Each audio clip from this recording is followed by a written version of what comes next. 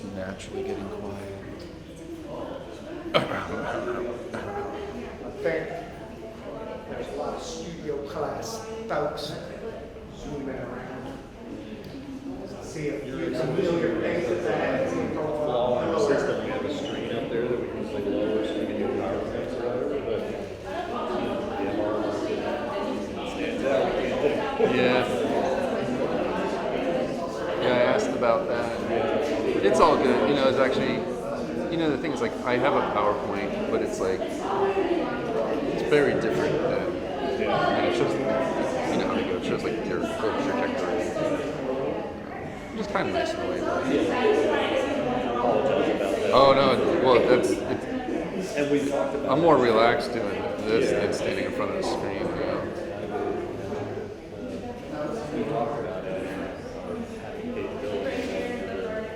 Having capabilities. Do you ever do like video art on it, or is it like is it like as like an art piece itself? Yeah.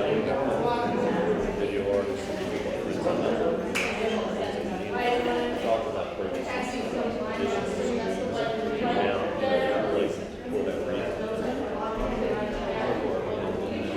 One of our main art history rooms, we got I don't know the kind of projector that we got, but they painted the wall a particular white paint, and it just projects perfectly. It's like it's meant for projecting on.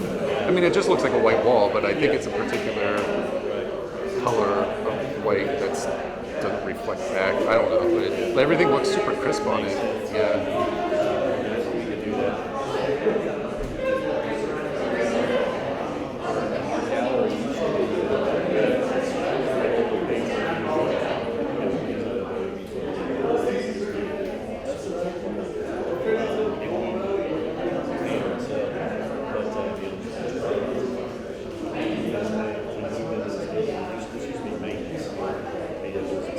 This whole building? How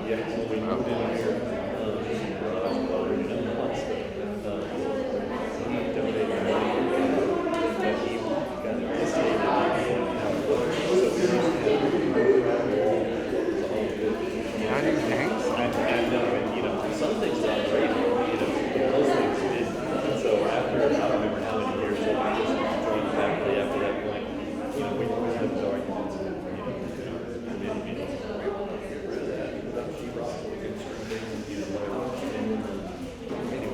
Finally got the thing, we just faculty member David Freeman, who was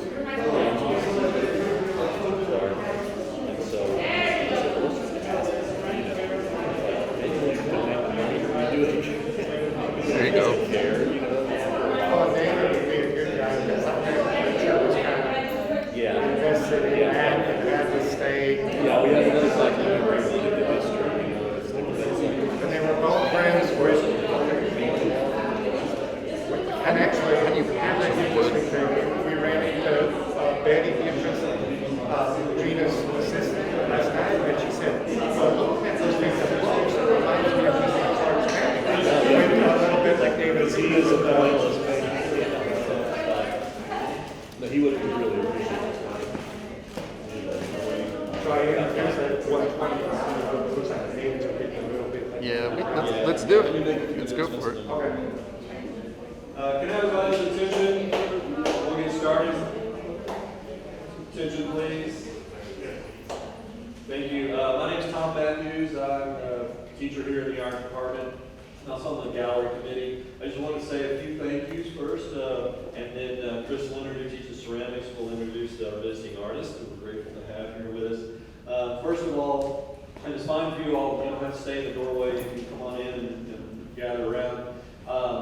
Couple things. First, if you have a cell phone, we are recording, so if you will, turn your cell phone down or off so we don't hear that while visiting artist is talking.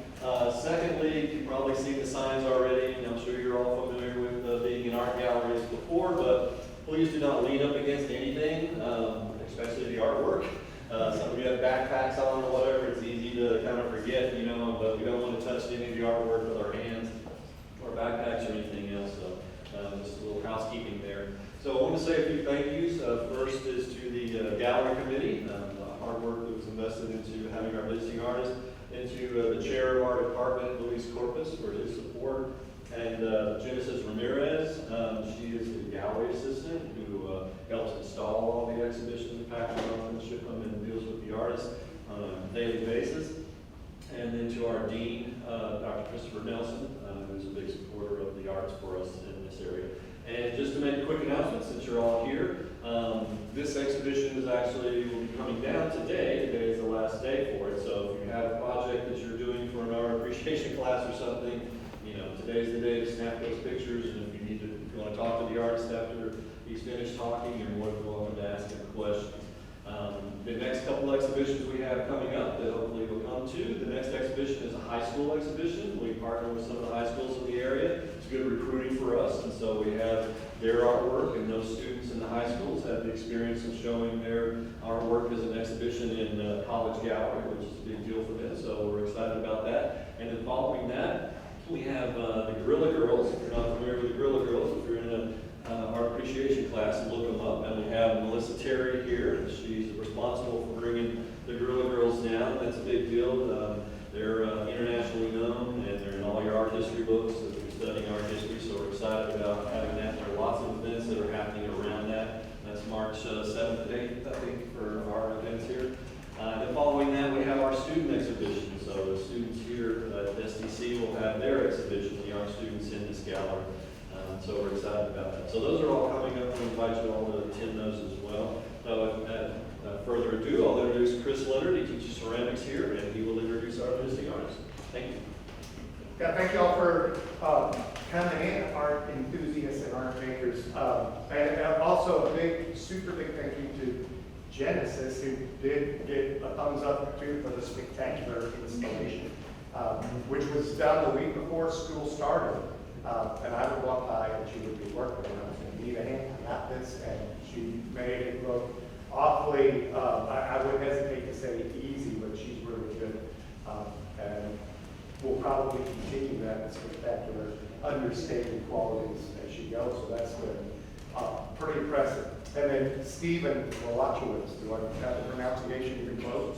Stephen W, how's that? W as in Westlaco, too many syllables for Wolochowicz. To roll off my tongue. Yeah. We've met in ceramic circles, and I've been interested in his personality and the work, and we've been doing the summer ceramic show. And this is, I think, the first time in a long time that we've had a ceramic show that happened in here during the regular fall or spring semester, so that's pretty cool. Stephen comes from New Jersey. He went to school in Delaware. I asked the question, I'm not going to give that away, somebody else might have asked that question about his education, but he did his MFA studies at Miami University of Ohio, and for the last almost 15 years, he's been teaching at Weber State University and up over there in Ogden, Utah. About 1,300 miles that he's going to drive with this stuff packed up into a trailer. So he is driven. I think you take that from the work. Like he's a very good conversationalist. He's got a sense of humor that might be related to buttons and pushing your buttons. And we'll let him perhaps talk about the collection of time. What's the title of the show? About A time. collection of time? A collection of time. Okay, I'll get out of the way. Thanks, Chris. Yeah, thanks, folks, for having me here. Chris, Genesis, thanks for, I mean, it looks great, so where are you anyway? I gotta get, super nice.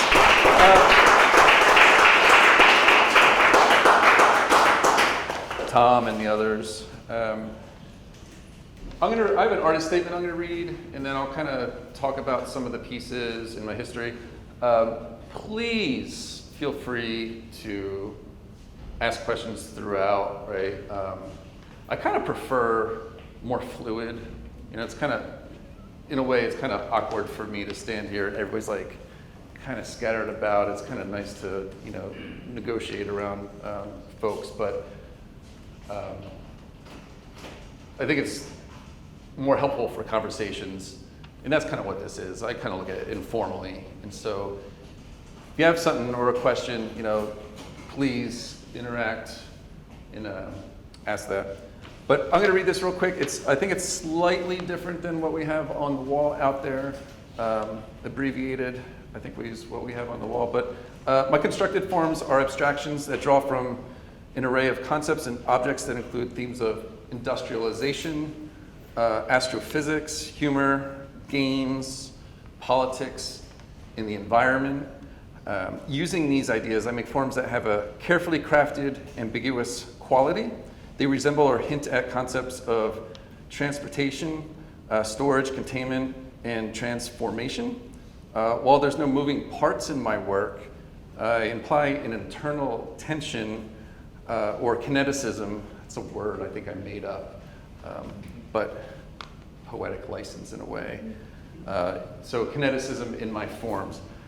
I suggest connectivity and interconnectedness with the inclusion of the pipes or the piping, and they signify the conduits that kind of link all my concepts together. So through the surface treatment, construction process and form, I introduced many layers of meaning. While some are overt, others are buried. I think I was talking to a few of you folks earlier today about like the dots in the kind of the white and the black, and there's some clear dots around. I'll talk a little bit more about that in a minute. But some are buried, and other clues are there for contextualization. For example, the post-nuclear age ooze, that's what I call all this kind of green stuff hanging out, kind of blowing out of the pipes there. It's kind of a reference to what's inside the forms. Could be good, could be bad. It's kind of depending on your viewpoint. Also how I use forms derived from clocks and smoke detectors as a reference, as a theme of time. I'll reference those in a few moments.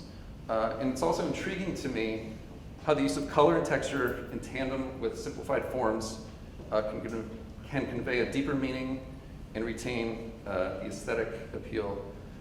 Incorporating vivid colors, equiluminant colors with metallic surfaces, they seem to play off each other in interesting ways, notably the contrasting tone of fun and serious. Although I have specific areas of interest that shape and define my practice, it's really interesting to me how you all, the viewer, perceive and interpret my work in pretty much your own individual way. So that's the long.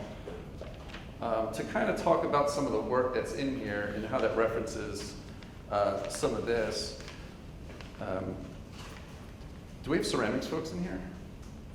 Yes. Just one? 3, Don't be shy. Yeah. All right. So I can talk a little bit about process too. So there's content, there's the meaning, there's the process, how these things are made. There's kind of some hidden layers.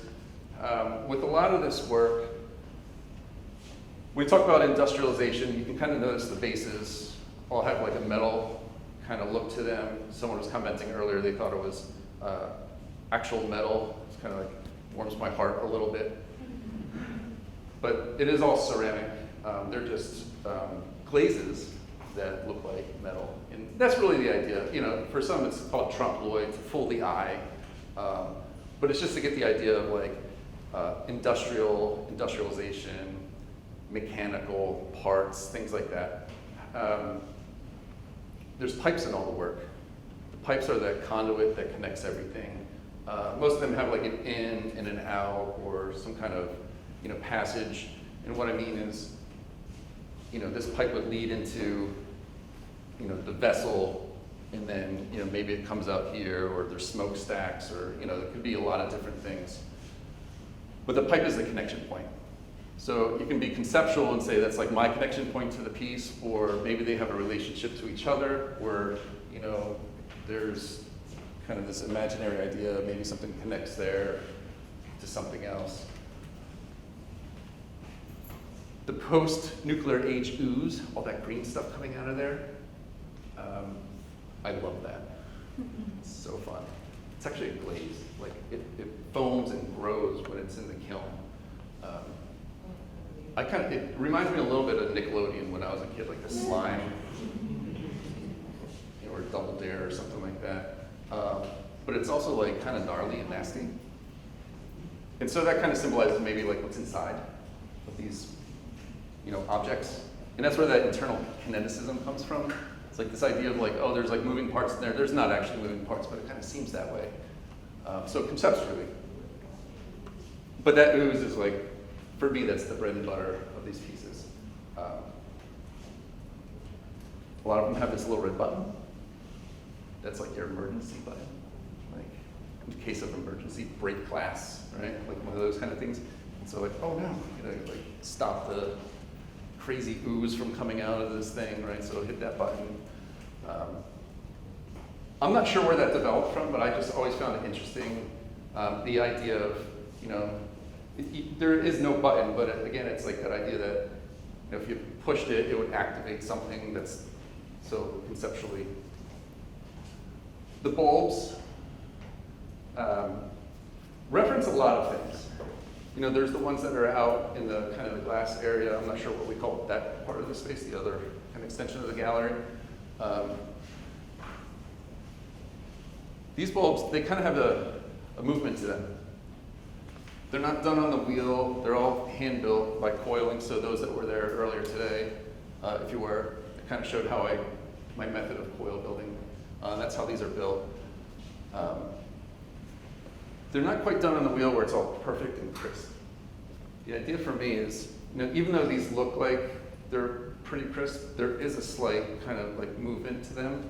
The other ones that are out there and this one have a lot more because the shape is a little bit different. These read a little bit more as like a balloon or a bag or something that's inflating or deflating, whereas these start to kind of reference tanks, like propane tanks, or if you put them on the side, like we call them pigs, right? The propane tanks on a base, and so that's where these kind of ideas come from. It's a little bit more deliberate on maybe there's a gas or something kind of dangerous inside of these, and so that's where the environmental aspect comes from. Surface-wise, dots. Oh my gosh, dots, right? This one's super effective. Just get up close to it and just stare. And then, when you blink, you're gonna see these dots everywhere.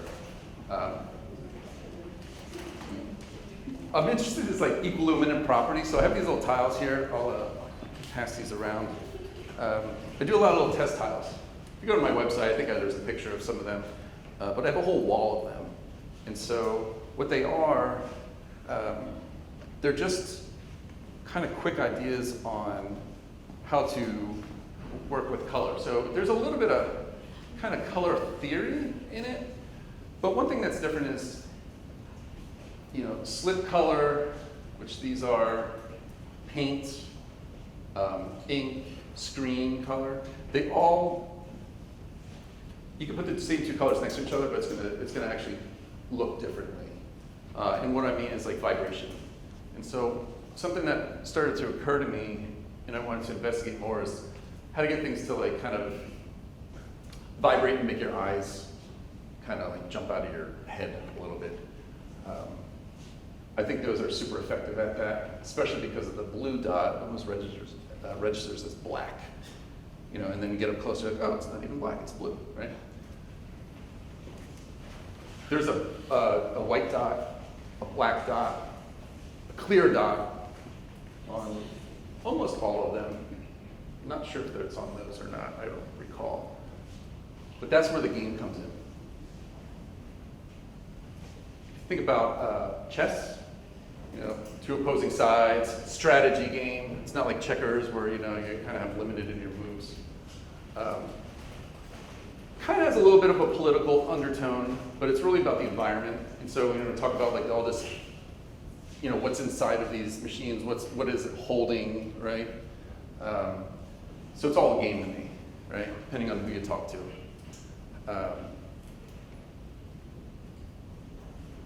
we need all this stuff to survive, right, in the world.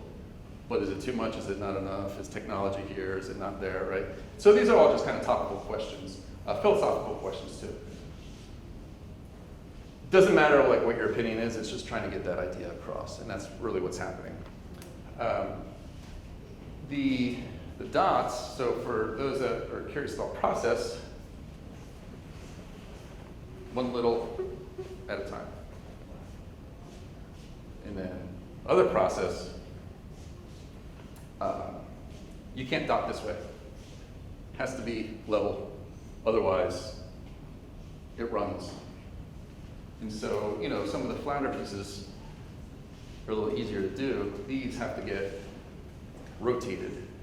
So you can only do a little bit at a time, let it dry, rotate the piece, let it dry, angle the piece a little bit so everything's always like level. So I build these kind of complicated cushioning that these pieces sit in, and they're all like kind of contorted, and you know, it's nerve-wracking. So like, you know, if you bump the table, the thing just like rolls off and tumbles. But it's just a little eyedropper. Question was asked earlier. I did remember, so I'm going to address it now. Why the dots? Right? It's like, why are there so many dots and everything? They kind of came out of necessity. My earlier work, I had two different kind of surfaces that I did. Got a lot of damage. People would go up and like, it's not a scratch and sniff like sticker, right?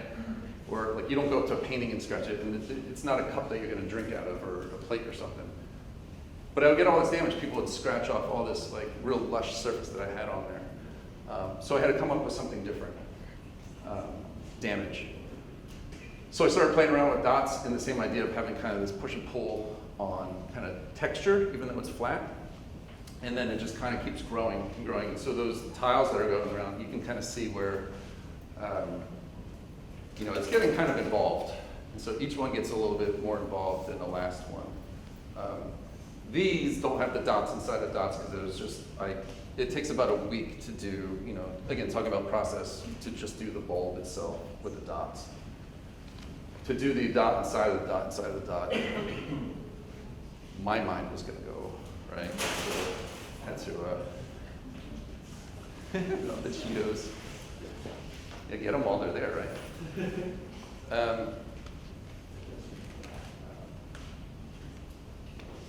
The wall pieces. So there's a bunch of different ones. I'm not good at titling pieces.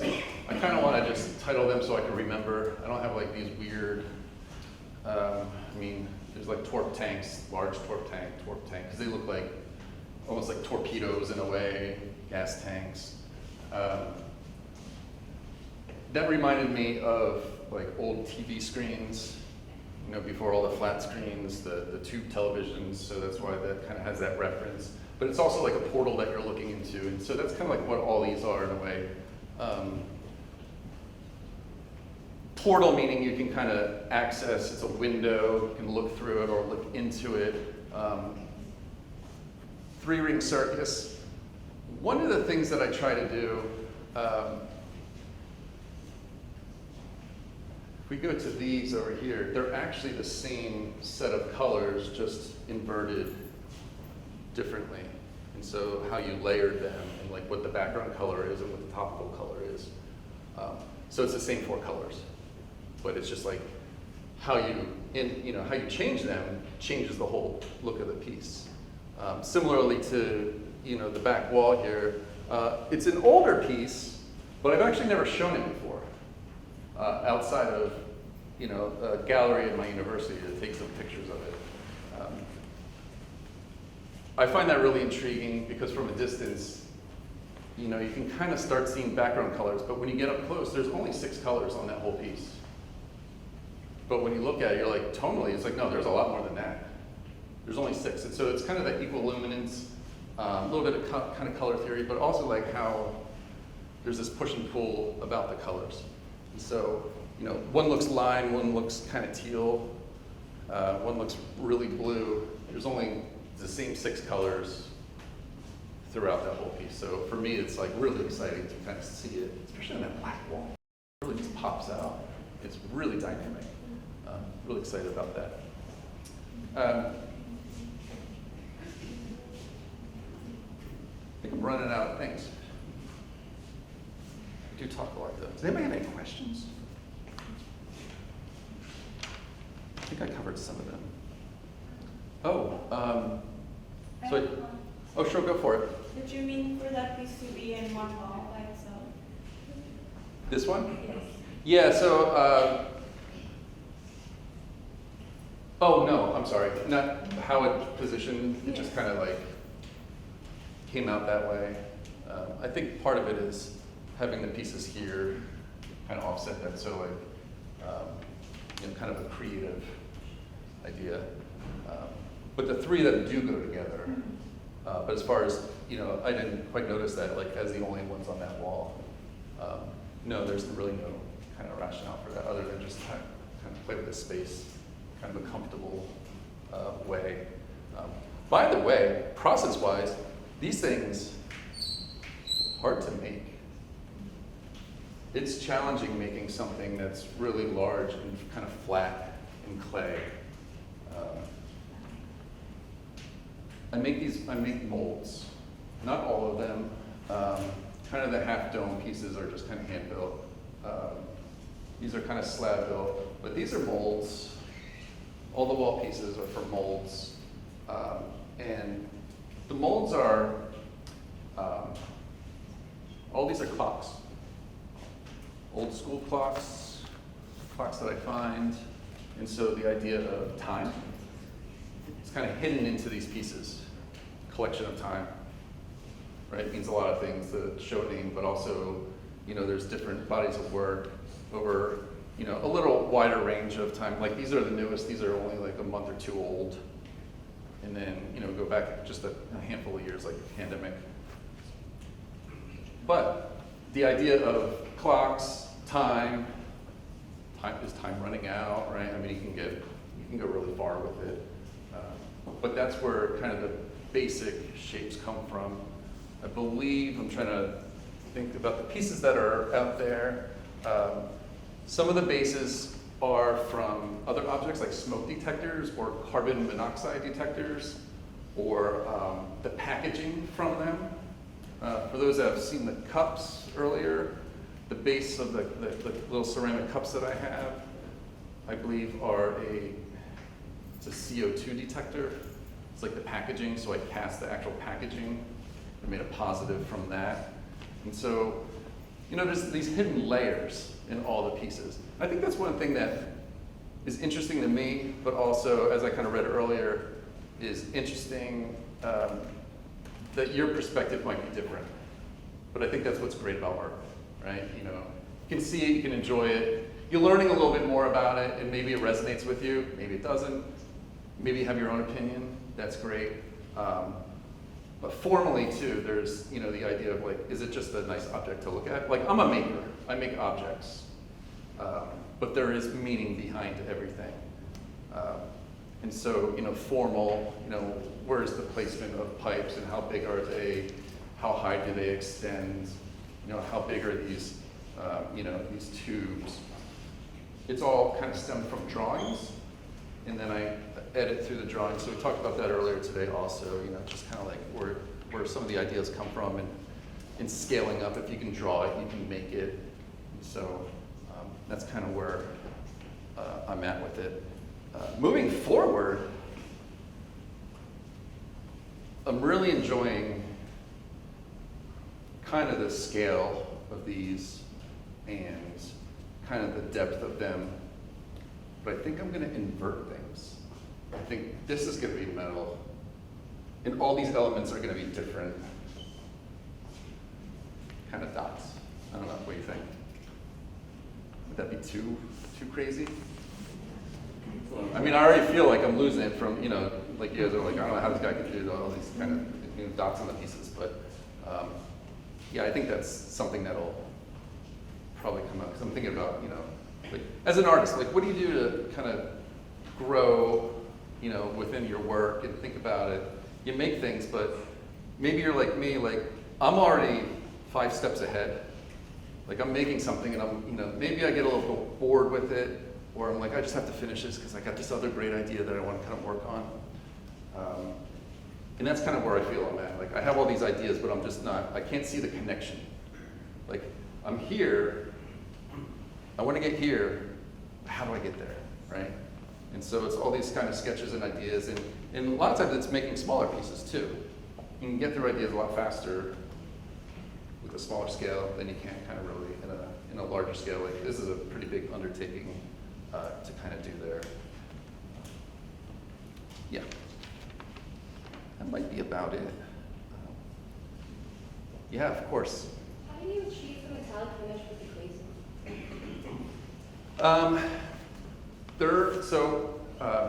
So the technical aspect of the pieces, the glazes are, these are cone 6, so it's kind of mid-fire ranges. Mostly I do low fire for those that are familiar with clay. You can't use the same surfaces on those 2 different temperatures, they just don't work. Structurally, I fire hotter for these because it just makes more sense. It's less apt to break. Smaller pieces, sculptural doesn't really matter as long as you get to, ceramic. These are commercial, actually, glazes on the bottom here for these. The other ones are lead-based, and we don't really use lead anymore in clay. It was huge decades ago. We got phased out with the invention of kind of essentially like these colorants, like mason stains, these kind of stains that we can use. Historically, getting red, it's a little side topic, but getting red was,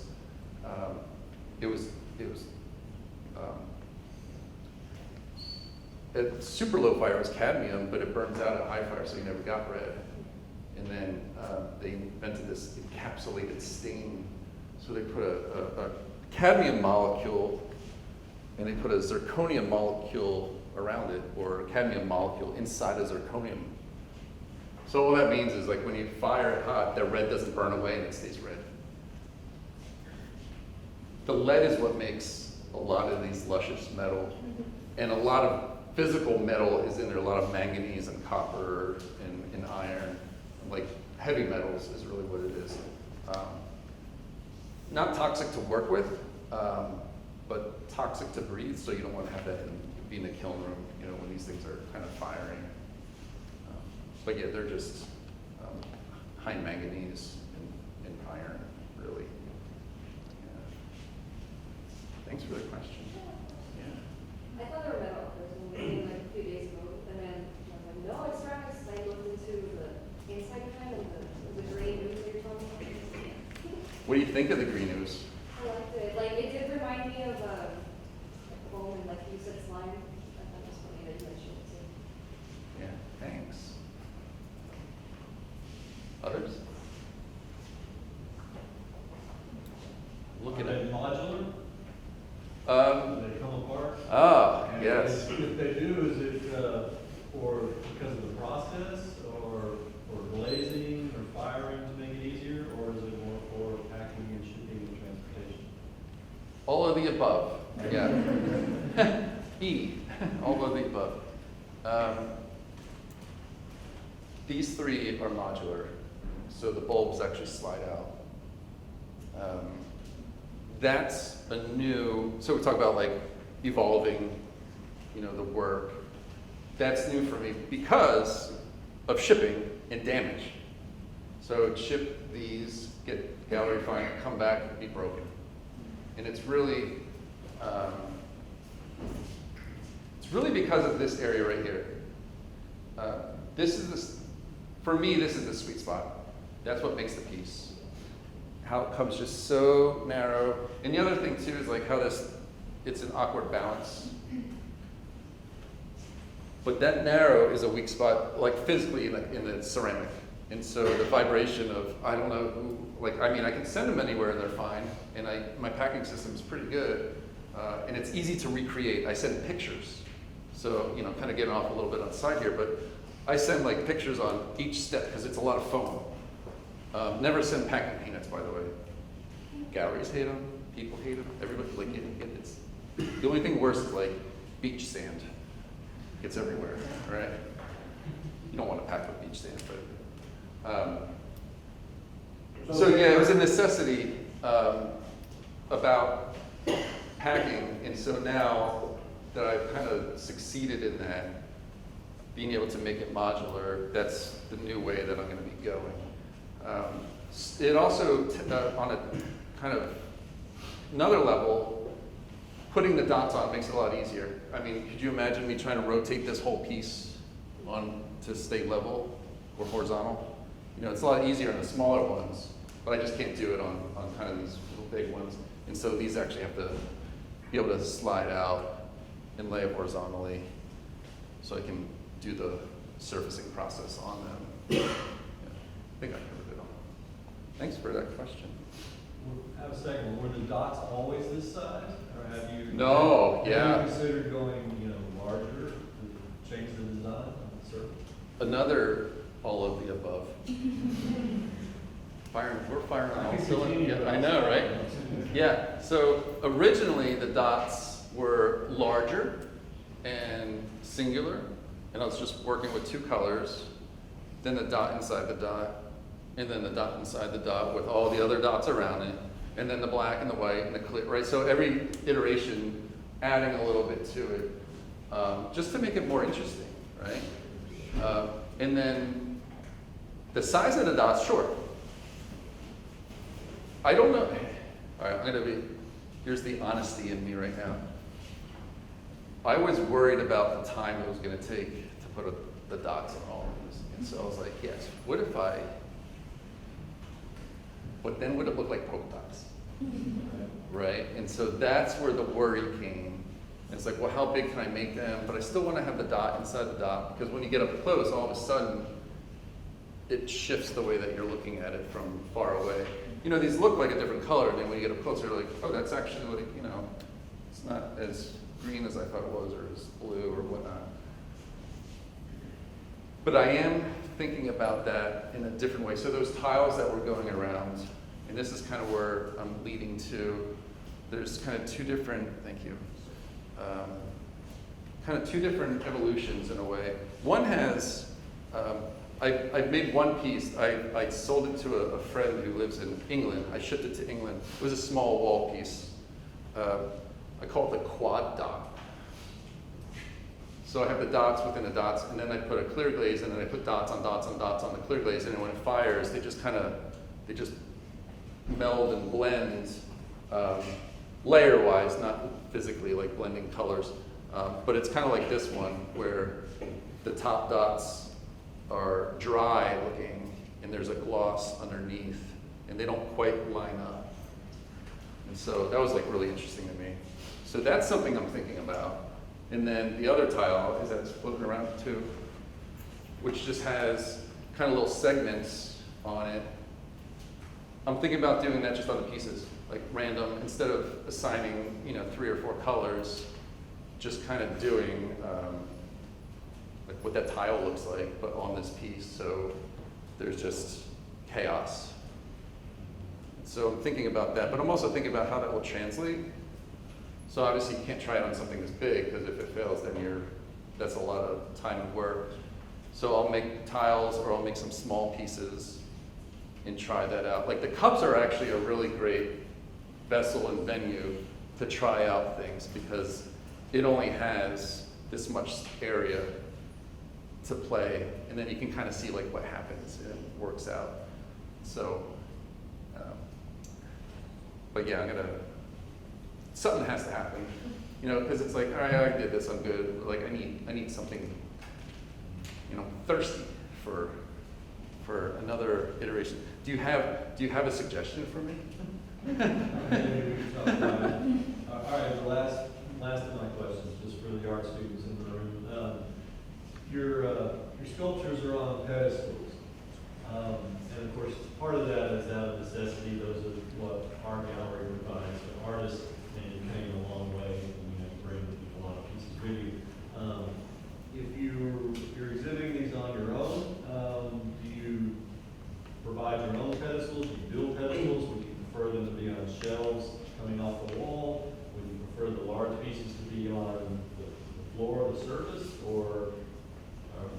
what's your preference as far as the way the viewer sees them?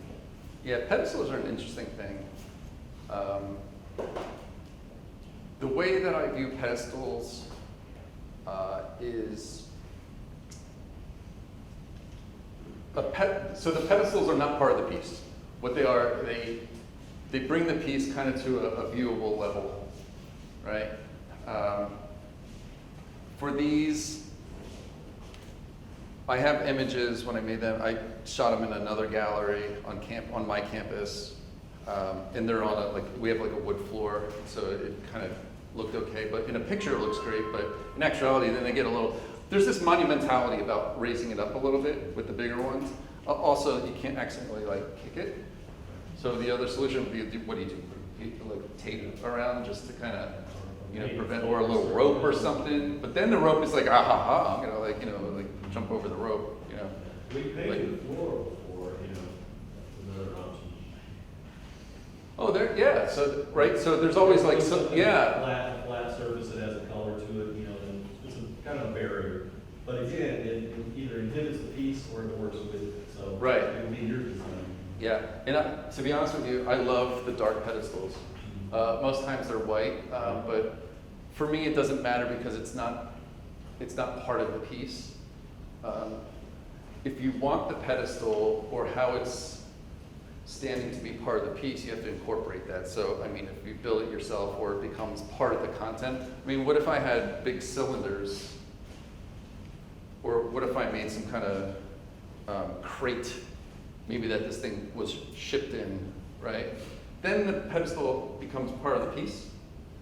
And you can start to interact with it that way. But for me, it's just these are the objects, and so I'm just raising them off the ground. The type of pedestal doesn't really matter so much. If it could support the weight, obviously. But I do like the black. I think, it's great with the black wall, but black's one of those things where it absorbs a lot of light, and so it's kind of nice that way. White kind of reflects it back. So sometimes, it actually could change the way that you view the piece. A lot of people make pedestals.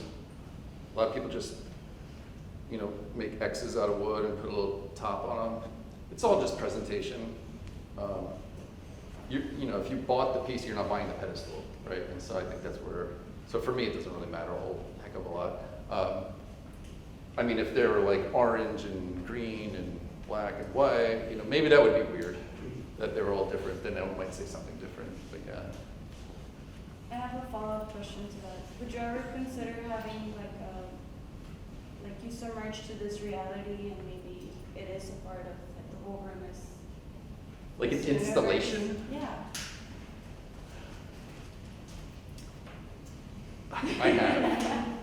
I have. Well, I've thought about,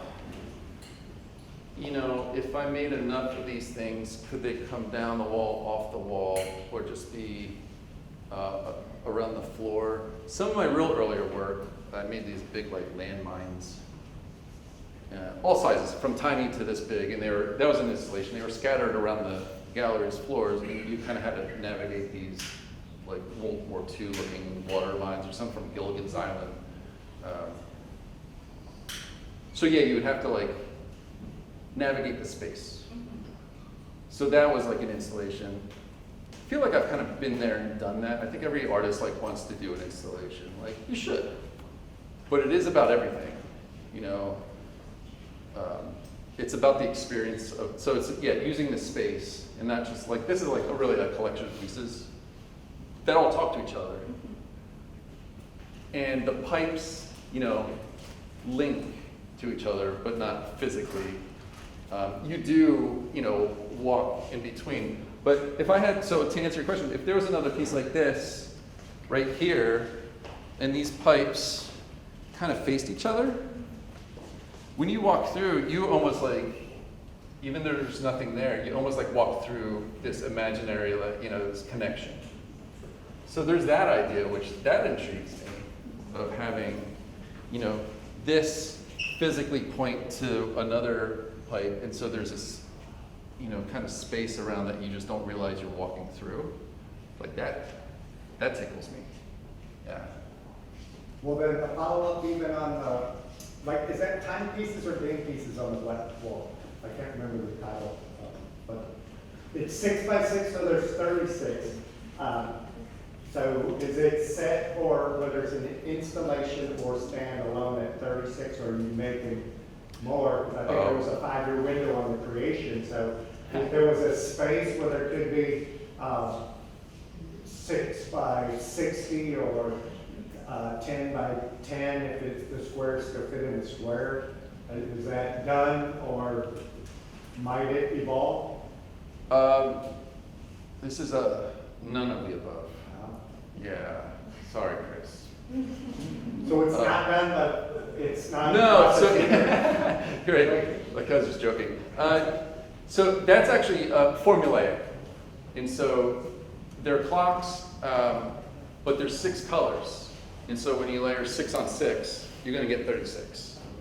And so there's a white background with white, or not white, a yellow background with yellow dots on it. And then that's the only one there, but there's a yellow with the red dots and a yellow.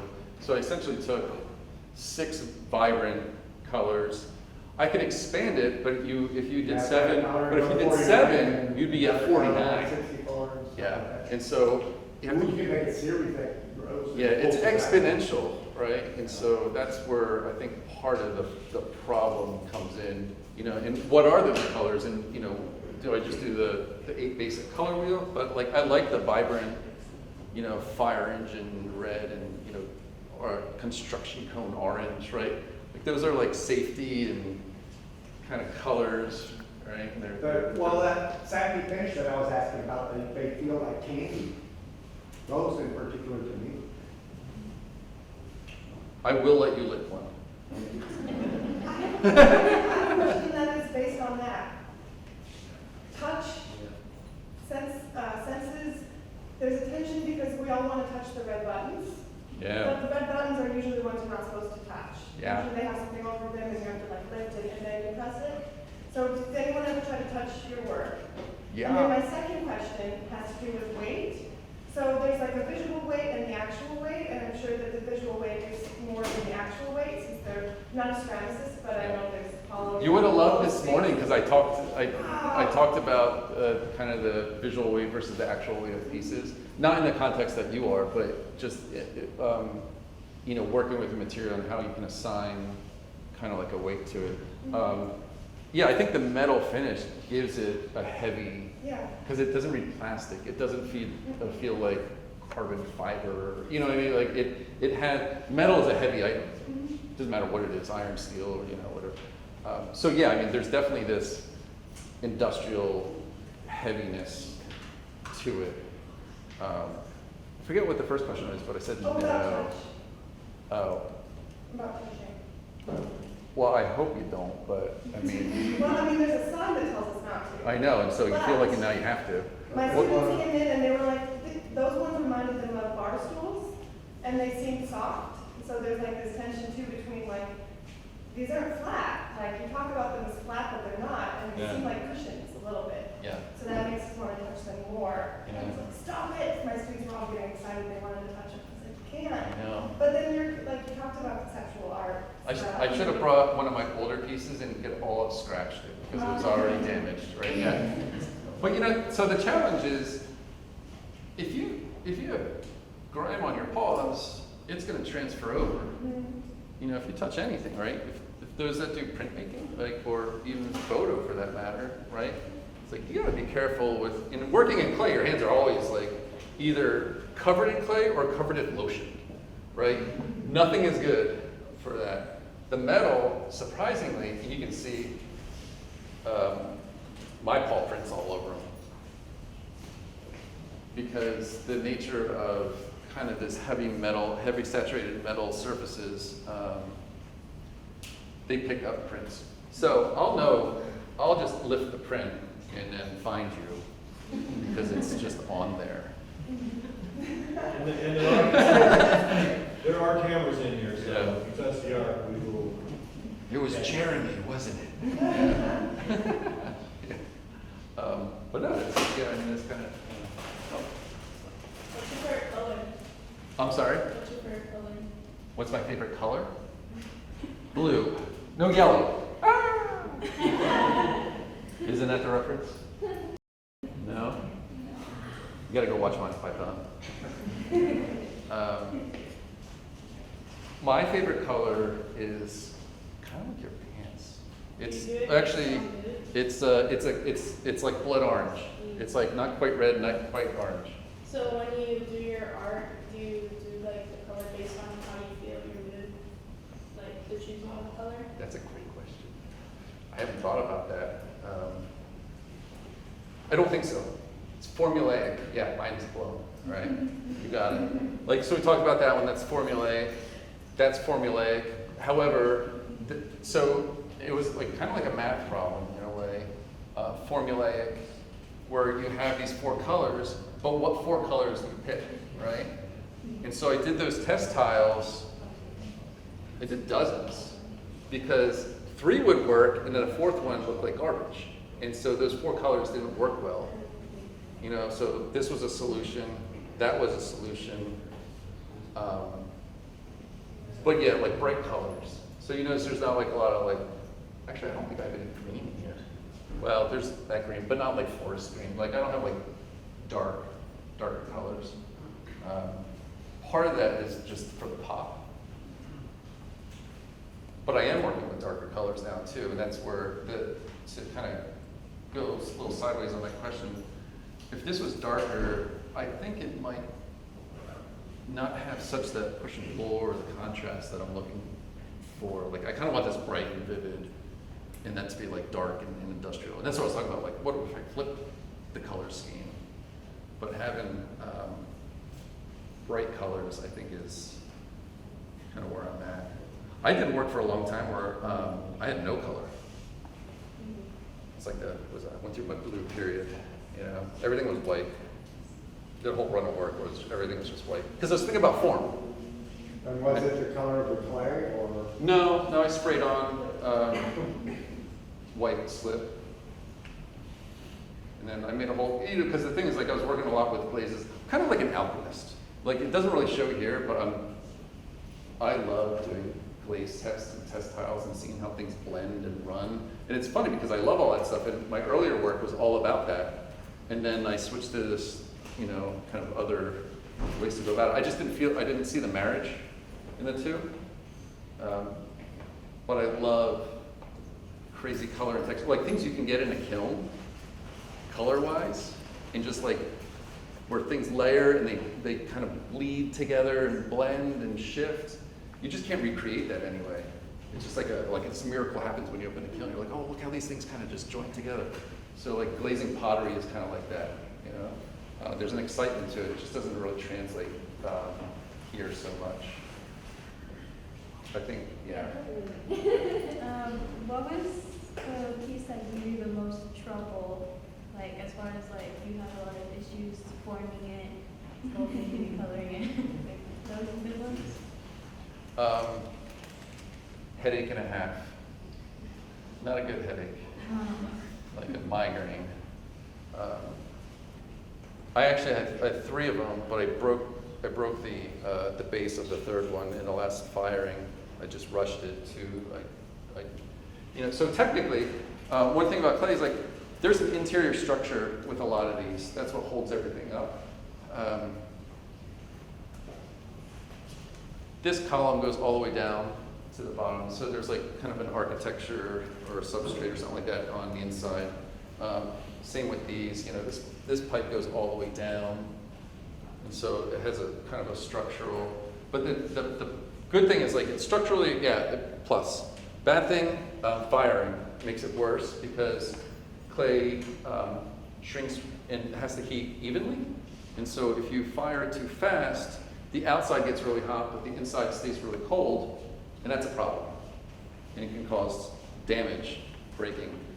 And that's what I did to the other one. I just fired it too fast. Like I fire very slow with these. It's like I fire slow up and slow down. Whereas like a pottery kiln, you just like put it on high, let it cool. Thin-walled open forms can take that stress. Sculptural elements with complicated interiors can't. And so Yeah, and they barely fit in the kiln too.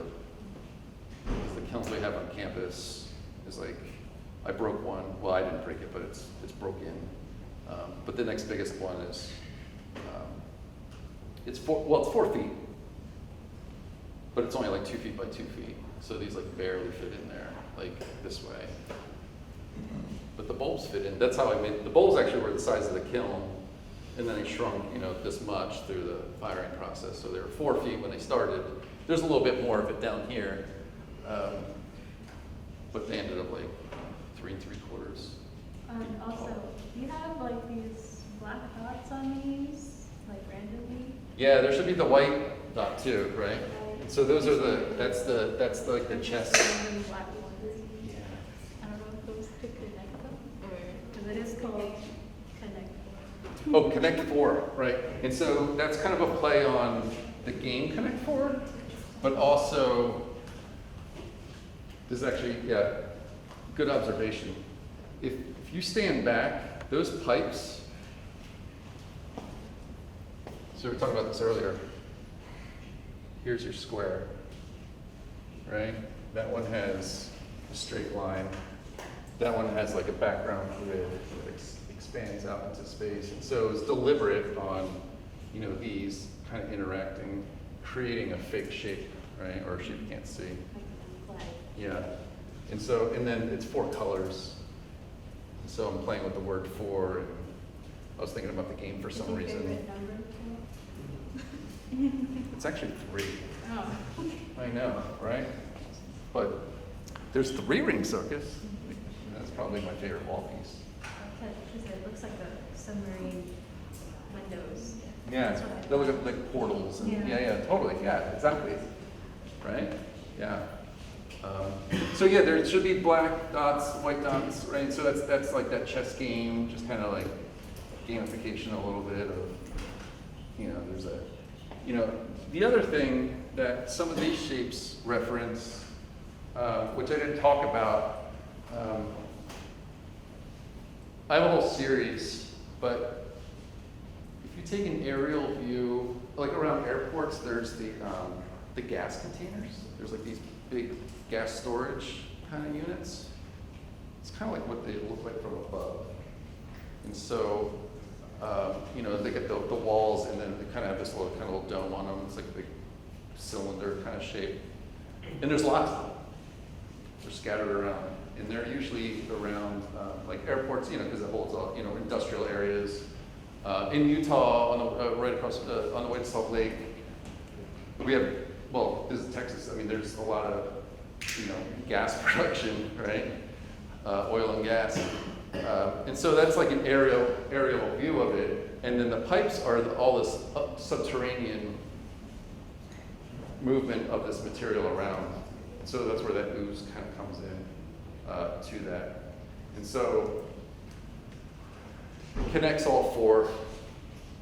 I mean, I try to be, I don't know, witty with the words. I mean, I don't know.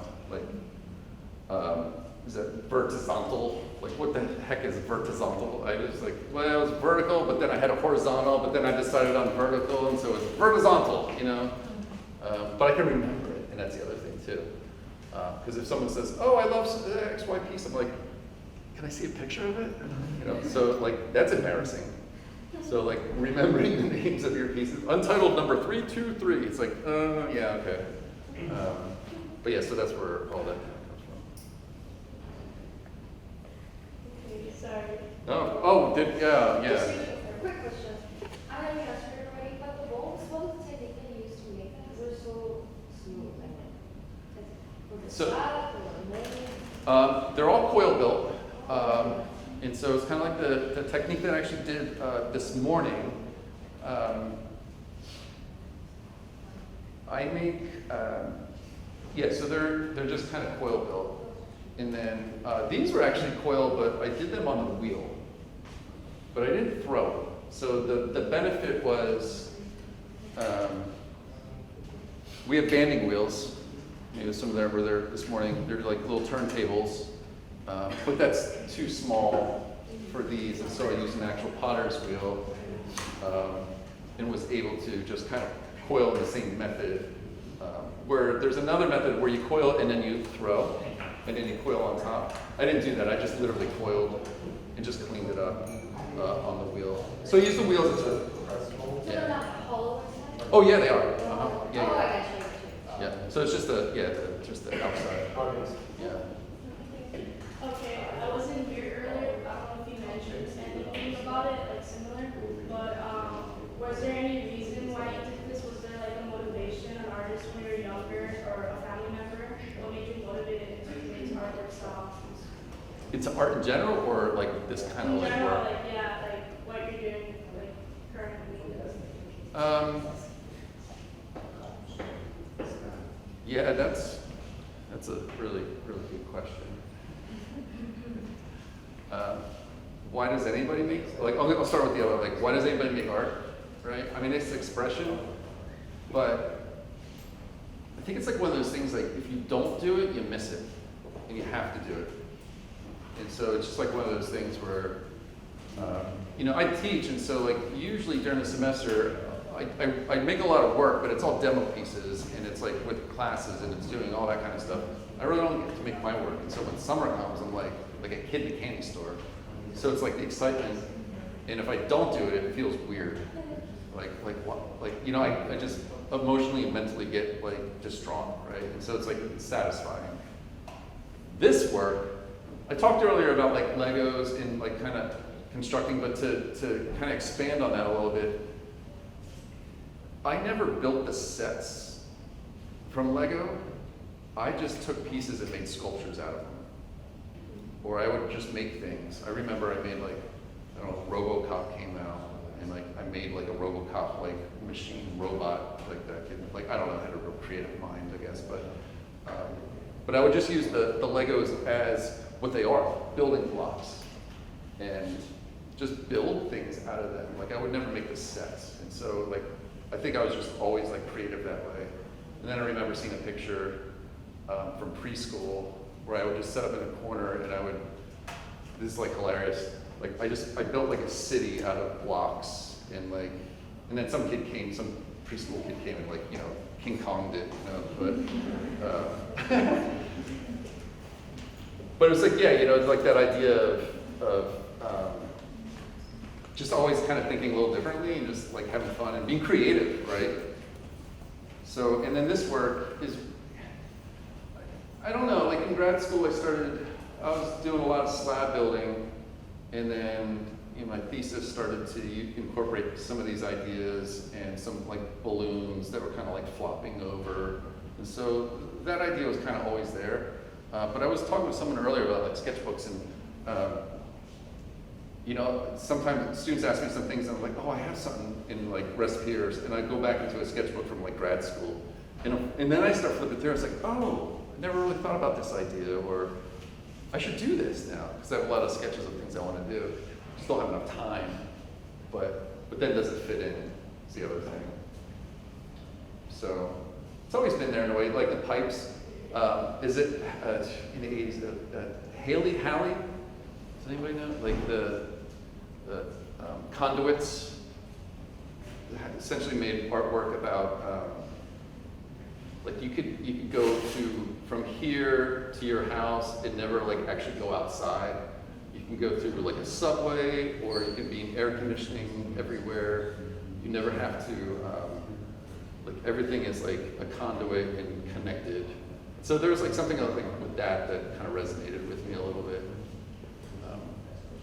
Didn't inspire the work, but it kind of helped verify a little bit of some of the ideas that I had. Yeah.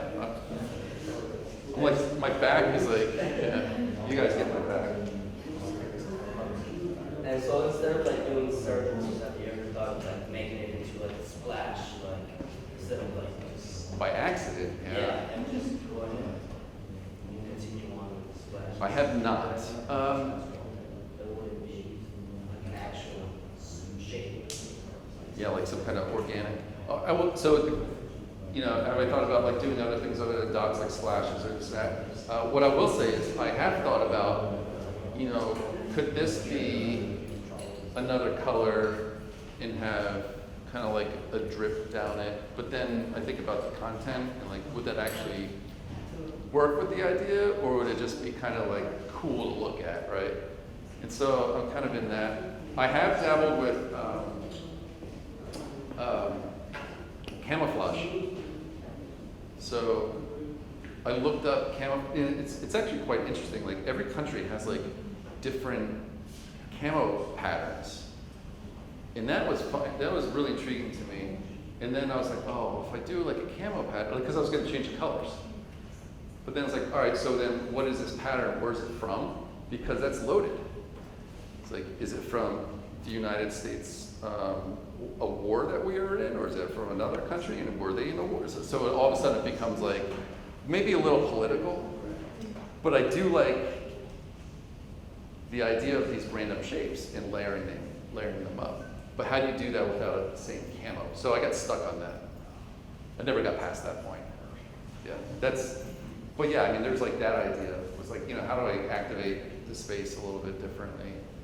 Yeah, you mentioned like the industrial portion of it, and most industrial equipment always has, some guy came in with oil everywhere, or so that splash would give it that, I feel like it would give it like more realistically. But like it was like leaking. Yeah. That's actually, yeah. It's stress. Yeah. Yeah. Yeah, that's certainly something to think about. I will say that I've done things where I tried to fuse the pipes together with that ooze. So it looked like a bunch of broken pipes with the ooze and everything. It didn't quite read that way. It read like, oh, I just kind of stuck these things together and there's this ooze. It didn't read as like a broken pipe. Like I think I literally need to like punch a hole in it and let the stuff just like naturally come out. And then however it, like what you're saying, right? So however it flows, it just flows. And then that will look kind of the natural versus kind of the forced. Yeah, that's a good observation. Yeah. Good question, thank you. Does anyone ever like compare art to like, for example, like since it's like industrial and then it has like fruity kind of candy smooth colors, will they ever say like like Willy Wonka or something like that? I wish. That's what I would know. Well, I'll tell you what, if you go on my website, you'll see the candy coat inflations, and they look like Nerds candy glued all over the pieces. And so there's that kind of fun aspect. We were talking about this earlier. I was like, I don't know how to respond, because I don't know any other like clay artist that's making work like me. And I don't know if that's a good thing, or if I should be scared of it, right? Because I don't have a reference. Like you always have a vein. Like, like you look up artists, you see who do I like, who do I not like. What is it about this artist? You learn about artists. Everybody's not your cup of tea, right? And so, but I don't know anybody that's like kind of like working the way that I work. Technically, yeah, coiling and slab, sure. Dots. People do dots. So there's that kind of thing, but like the concepts and kind of the forms, I haven't found it. I would love to like share a vein with some folks. I have some inspirations we talked about earlier, but I'm not like mimicking their work or like taking their concepts and twisting them into my way. It's just things I enjoy about their work. A lot of it's formal. And so, I didn't really talk too much about that, but I am kind of a formalist in a way. The one thing that intrigues me about sculptures, and I think these work, is the challenge of, where's the good side? Where's the slide side, right? Like when you have a flat piece on the wall, it's like that's how you view it, but when you have an object, you get to walk around. But, see, I can't see the red button here. Right? And so I'm almost encouraged to walk around and just go, oh, hey, right? So I can see something new. But I can't see the ooze on the pipes from the side. So I like the idea of, kind of exploring the piece, but also having it balanced. So kind of like no matter where you look, maybe there's a stronger side and a weaker side, but but there's a point of interest from every angle. That's intriguing to me. And that's more of a formal aspect. But I think that's also like what balances the pieces out. Like with those, like that one, you know, depending on the angle that you look at, you know, there's stronger sides and weaker sides, but one side's not like, oh, it's so terrible, right? Because I think a lot of sculpture is that way. You know, it's got the good side, and you walk around and you're like, I'm not too interested on this side. But, you know, when they see it in a book or something, of course they take the side that looks awesome. It's tough. It's tough to, like, make a three-dimensional object. And that was actually something I did in grad school, was I set up myself with a problem, like 6 by 6. It's like, can I make a piece that looks formally balanced, no matter how you look at it? I don't think I did. Tried really hard. Made a lot of them. They look like cubist works. A lot of angles. But I don't know. Did I answer your question? Yeah. Okay. I ramble. I know. It's like this stuff makes me happy. Yeah. I love seeing it. I love seeing it on display. I love all the fact that, you know, you're all hanging out and enjoying it too. Some reluctantly, I can tell. When you, I'm sorry, I was a little late, you didn't. No, it's okay. mention it, but when you're building pieces that are, you know, multi-forms or have different parts, you obviously make each one and then assemble it and then fire it, or do you fire it and then assemble it? Top secret. Don't tell anybody. Don't tell anybody. Because it seems like it would topple over and it would be like, Yeah. my goodness. Oh, there was a question earlier about like, I don't remember, but it's modular, so this comes out. It was not pieced together until it was finished. So I used calipers, and so here's a little side backstory. These bases are the second iteration of these pieces. Originally, it was horizontal with these two bulbs connected with a big kind of flywheel in the middle. I measured wrong, and it didn't fit. And so, you know, I had the bulbs made, and the bases made, it didn't work, so I had to make new bases, but the clay already shrunk, and I didn't remember the size that I had. So I kind of had to I had to run some tests on the clay at the temperature to see how far it shrank. Like all this like nuanced stuff. And then I made it, and then they didn't fit, these didn't fit.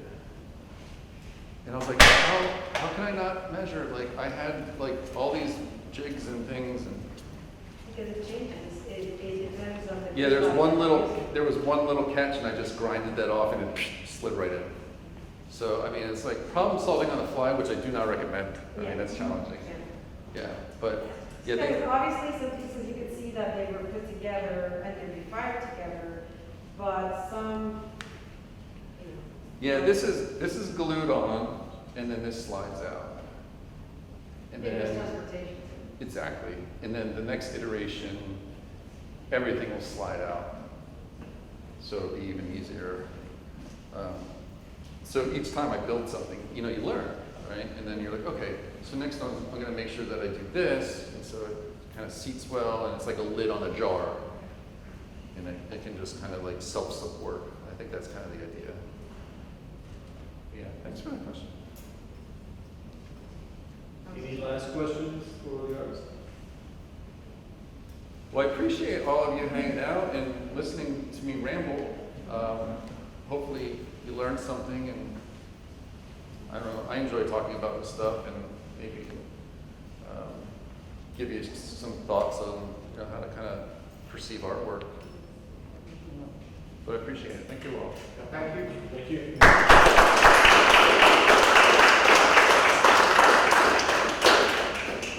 I'll hang out for a little bit if anybody wants to Ask some other questions.